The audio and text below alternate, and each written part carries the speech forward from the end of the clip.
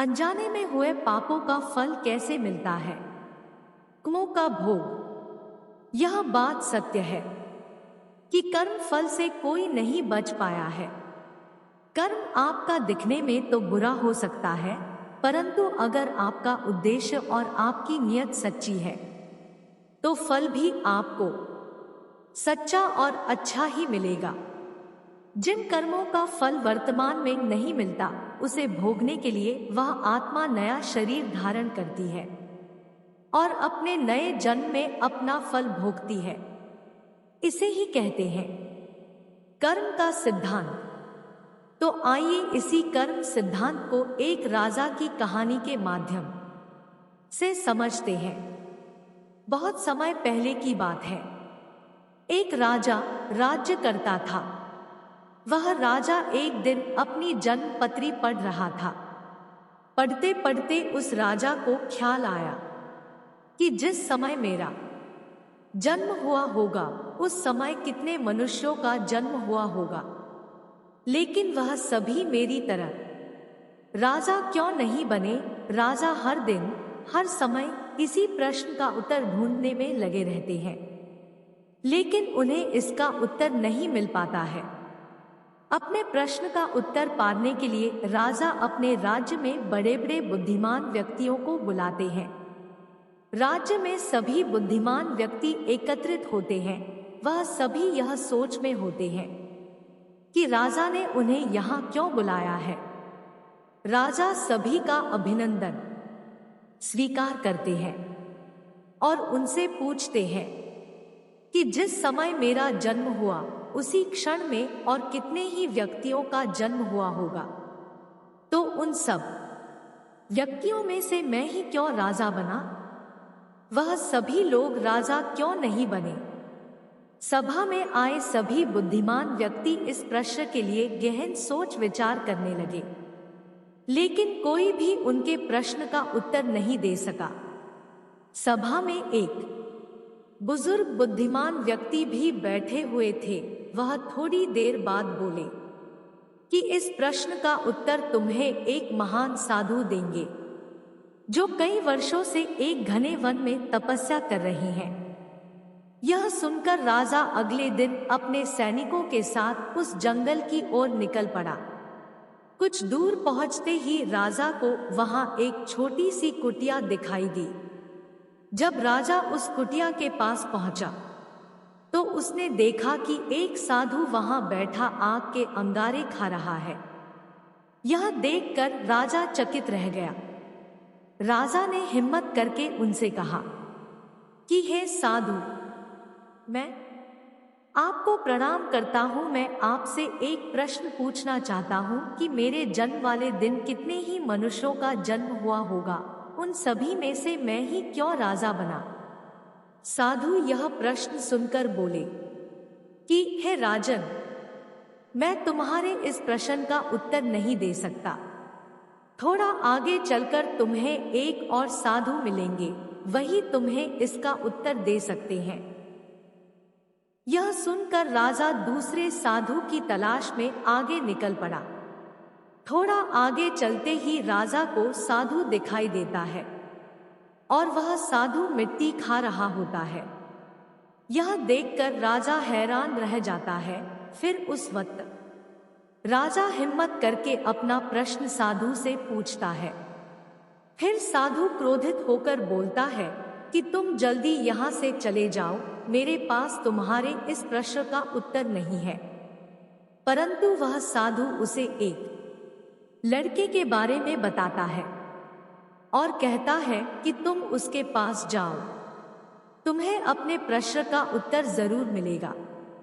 तो राजा उस लड़के की तलाश में आगे बढ़ने लगता है। ढूंढते ढूंढते वह राजा एक गांव में जा पहुंचा। राजा को थोड़े समय बाद वह लड़का मिल गया। वह बहुत ही बीमार था। राजा ने उस लड़के से अपना प्रश्न पूछा और लड़का बोला कि राजन, हम पिछले जन्म में 4 भाई थे। एक बार हम चारों भाई किसी जंगल में भटक गए थे और हमें वहां कई दिन हो गए थे। हमारे पास केवल जरा सा आटा पड़ा था और उसकी हमने रोटियां बना ली थी। जैसे ही हम वह खाने लगते हैं, हमारे पास एक बाबा आते हैं। वह बाबा बहुत भूखे थे, वह हमसे भोजन मांगते हैं।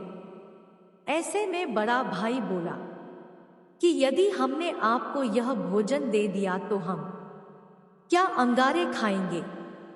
दूसरा भाई बोला कि अगर हमने भोजन दे दिया तो क्या हम मिट्टी खाएंगे? अब जब मेरी बारी आई तो मैंने भी रोटियां देने से मना कर दिया, परंतु राजन तुम बहुत दयालु थे, तुमने अपने हिस्से का भोजन उस बाबा को देकर उसका पेट भरा और तुम्हारे इस पुण्य के कारण तुम इस जन्म में राजा बने। रास्ते में जो तुम्हें अंगारे खाते हुए और मिट्टी खाते हुए साधु मिले थे, वह दोनों तुम्हारे भाई थे। तुम्हारा तीसरा भाई मैं हूं, जो इस समय मौत के मुंह में हूं। हे राजन, इसी प्रकार हम सभी भाइयों को अपनी अपनी करनी का फल मिला है। राजा को यह सुनकर अपने प्रश्न का उत्तर मिल जाता है। दूसरी कहानी की कर्मों का फल कैसे मिलता है। बहुत समय पहले की बात है। एक राजा ने ब्राह्मणों को भोज करने का दावत दिया। भोजन महल के बगीचे में पक रहा था। उसी समय एक चील अपने पंजों में सांप को दबाए वहां से उड़ रहा था। सांप ने अपने आत्मरक्षा में चील को मारने के लिए अपने फन से जहर निकाला।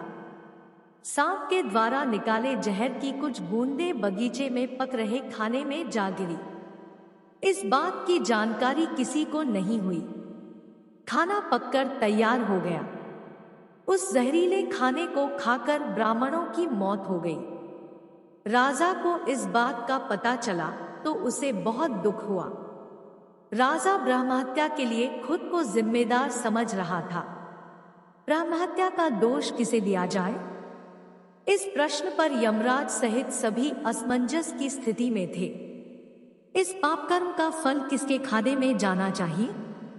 राजा, जिसको पता ही नहीं था कि खाना जहरीला हो गया है। रसोई, जिसको पता ही नहीं था कि खाने में जहर किसने मिलाया। चील, जो उस जगह से जहरीले सांप को लेकर गुजरा था। सांप, जिसने अपने आत्मरक्षा में जहर निकाला। कई दिनों तक यमराज किसी निष्कर्ष पर नहीं पहुंच पा रहे थे कि किसके खाते में इस पापकर्म का फल जाएगा। इसी बीच एक दिन कुछ ब्राह्मण राजा से मिलने नगर में आए। उन्होंने एक महिला से राजमहल का पता पूछा। महिला ने पता तो बता दिया, लेकिन साथ ही साथ कहा कि जरा संभल के रहना, राजा ब्राह्मणों को खाने में जहर देकर मार देता है।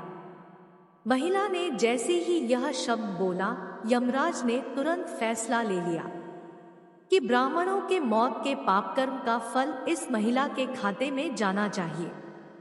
यमराज के इस निर्णय से दूत हैरान हो गए। सभी ने एक स्वर में बोला कि महिला तो इसमें कहीं से कहीं तक शामिल नहीं थी। यमराज ने जवाब दिया कि ब्राह्मणों के मौत पर किसी को आनंद नहीं मिला, बल्कि सभी को दुख ही पहुंचा।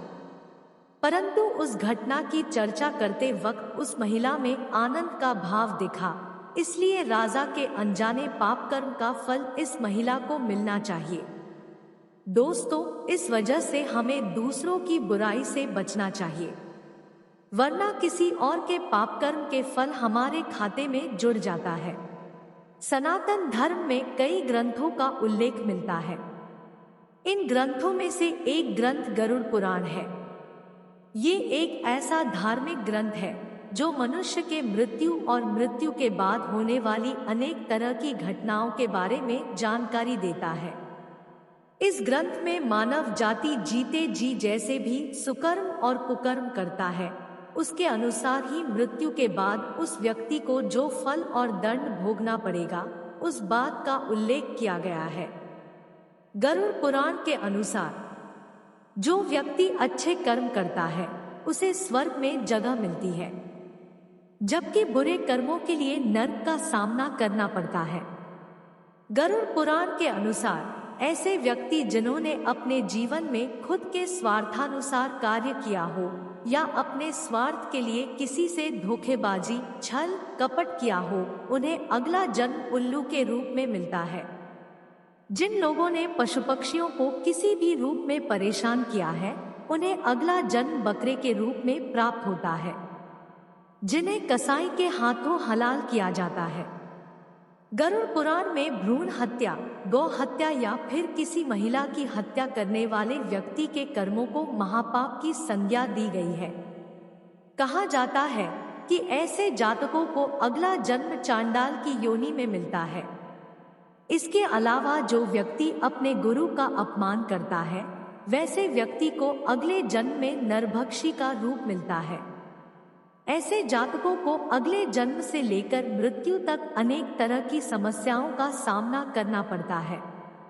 गरुड़ पुराण के अनुसार धर्म पुराण, वेद जैसे धार्मिक ग्रंथ को न मानने और उनका अपमान करने वाले लोग पाप के भागीदारी बनते हैं। ऐसे लोगों को अगले जन्म में कुत्ता बनाया जाता है। साथ ही गरुड़ पुराण में इस बात का जिक्र भी है कि जो व्यक्ति अपने दोस्त के साथ विश्वासघात करता है, उन्हें अगले जन्म में गिद्ध का रूप मिलता है।